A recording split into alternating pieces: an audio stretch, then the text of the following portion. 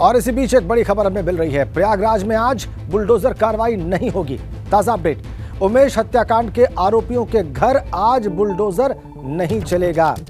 पहले बमबाज गुड्डू मुस्लिम या साबिर के यहां बुलडोजर चलने की खबर थी, लेकिन अब अपडेट आ रही है कि फिलहाल आज बुलडोजर कार्रवाई नहीं होगी। ताजा अपडेट, पहले यह खबर आई कि गुड्डू मुस्लिम या साबिर के वहां बुलडोजर आज चल सकता है। मोइन हमारे संवाददाता हमारे साथ जुड़े हुए हैं प्रयागराज से। मोइन, ऐसा क्यों हुआ कि आज कार्रवाई नहीं हुई? जी बिल्कुल, देखिए कि उमेश पाल शूटआउट केस में जो बुलडोजर ऑपरेशन है उसका पार्ट 2 कल से शुरू हुआ था। कल पहले दिन शूटर गुलाम के घर को बुलडोजरों से गिराया गया था और आज भी किसी जगह बुलडोजर चलना था। 2 नाम प्रशासन की तरफ से तय किए गए थे, पहला गुड्डू मुस्लिम का था और दूसरा साबिर का था। दोनों पर 5-5 लाख रुपए का इनाम है। दोनों की पहचान सीसीटीवी के जरिए की गई थी, जबकि जो गुड्डू मुस्लिम है वो तो FIR में नामजद भी था। आज सुबह ही 9 बजे प्रयागराज विकास प्राधिकरण के जो अधिकारी हैं वो पहुंच गए और लंबी मीटिंग उन्होंने की और उसके बाद अंततः अब ये तय कर लिया गया है कि अब आज किसी तरीके की बुलडोजर कार्रवाई नहीं होगी। दरअसल गुड्डू मुस्लिम का जो घर शहर के चकिया इलाके में है वो है तो 3 मंजिला, लेकिन वहां तक जाने का कोई रास्ता नहीं। बेहद सकरी गली है जहां पर आप एक साथ किसी एक बाइक को भी लेकर के मुश्किल से जा सकते हैं। तो 300 मीटर इसी सकरे रास्ते से होकर जाना पड़ता है। तो इस वजह से गुड्डू मुस्लिम के घर पर नहीं चलेगा। और जो साबिर का घर बताया जा रहा था वहां पर अभी जो कागजी कार्रवाई होती है वो कागजी कार्रवाई पूरी नहीं हो पाई है। किसी वजह से अब आज बुलडोजर कार्रवाई नहीं होगी। कल संभवतः किसी एक जगह पर बुलडोजर कार्रवाई हो सकती है। बहुत शुक्रिया आपका मोइन। तो कल संभवतः इन 2 शूटर्स में से किसी एक के घर पर बुलडोजर चल सकता है। कागजी कार्रवाई पूरी नहीं हो पाने की वजह से आज की कार्रवाई मुलतवी हो गई है कल तक के लिए। चलिए अब कुछ और खबरों का रुख करते हैं। खबर मेरठ से है। वहां पर एक शख्स पर हाई टेंशन वायर गिरने का सीसीटीवी फुटेज सामने आया है। ऑटो के इंतजार में परिवार के साथ खड़े एक शख्स पर यह हाई टेंशन वायर गिर गया और इसमें नदीम नाम का एक शख्स झुलस गया। समर गार्डन का रहने वाला परिवार हापुड़ रोड पर डॉक्टर के पास आया था। उसके बाद सड़क पर खड़े होकर ऑटो का इंतजार कर रहा था और तभी अचानक हाई टेंशन वायर गिर गया। गंभीर हालत में झुलसे शख्स का फिलहाल इलाज चल रहा है। इसका सीसीटीवी फुटेज आपके सामने है। ये देखिए आप, हाई टेंशन वायर गिरा और उसके बाद ये शख्स झुलस गया।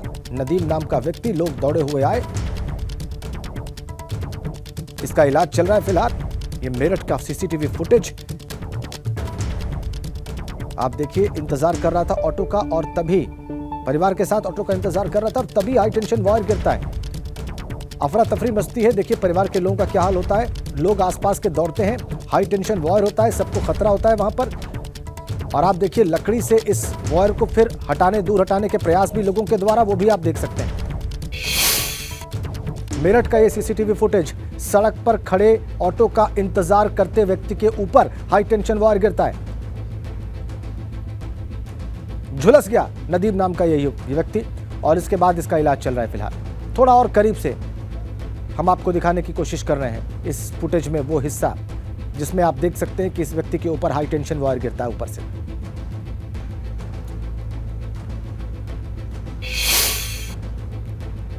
आगे बढ़ते हैं। अगली खबर बरेली से है। वहां पर स्मैक बनाने की फैक्ट्री पकड़ी गई है।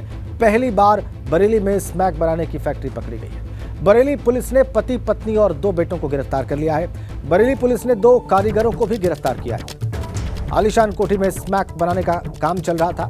यूपी, उत्तराखंड, दिल्ली, मुंबई, नेपाल में इसकी सप्लाई होती थी। बरेली पुलिस ने पति पत्नी और 2 बेटों को गिरफ्तार किया इस मामले में। स्मैक का कारोबार, स्मैक सप्लाई की जा रही थी यूपी, उत्तराखंड, दिल्ली, मुंबई और नेपाल में। आलीशान कोठी में स्मैक बनाने का काम चल रहा था। 2 कारीगरों को भी पुलिस ने गिरफ्तार कर लिया है।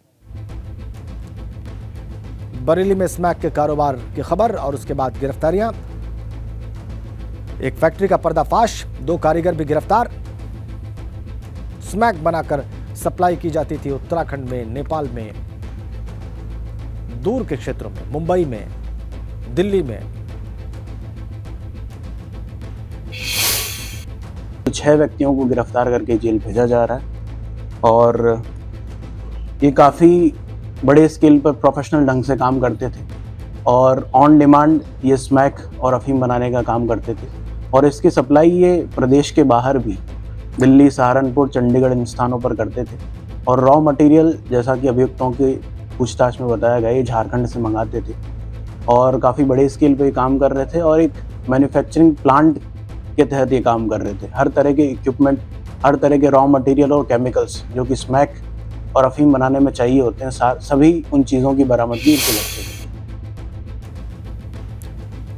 तो स्मैक बनाने के लिए जो चीज़ें चाहिए होती हैं उनकी भी बरामदगी हुई है, अफीम के साथ साथ दूसरी चीज़ों की। ये देखिए आप मौके की तस्वीरें इस वक्त एक्सक्लूसिवली आप देख पा रहे हैं।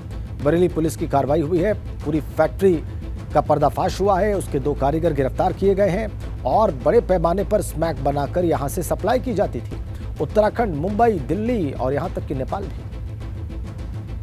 गिरफ्तारियों के बाद की तस्वीरें आप देख रहे हैं बरेली की। स्मैक की पूरी फैक्ट्री का पर्दाफाश किया है पुलिस ने अपनी कार्रवाई में और सारे सामान जो कि उसके निर्माण में, उसके बनाने में काम आते थे, उन सबको भी जब्त किया गया है।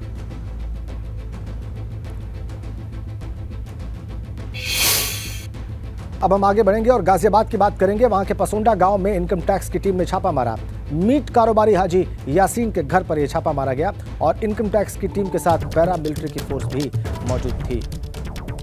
गाजियाबाद के पसोंडा गांव में इनकम टैक्स का ये छापा और उसकी तस्वीरें।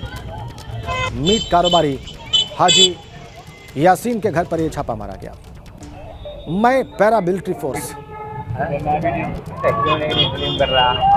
अब देखिए, जब ये छापा मारा गया तो आप देखिए लोग भी इस कार्रवाई को, चूंकि पैरा मिलिट्री फोर्स वहां पर लगी हुई थी, लोग भी रुककर सड़क पर देख रहे थे।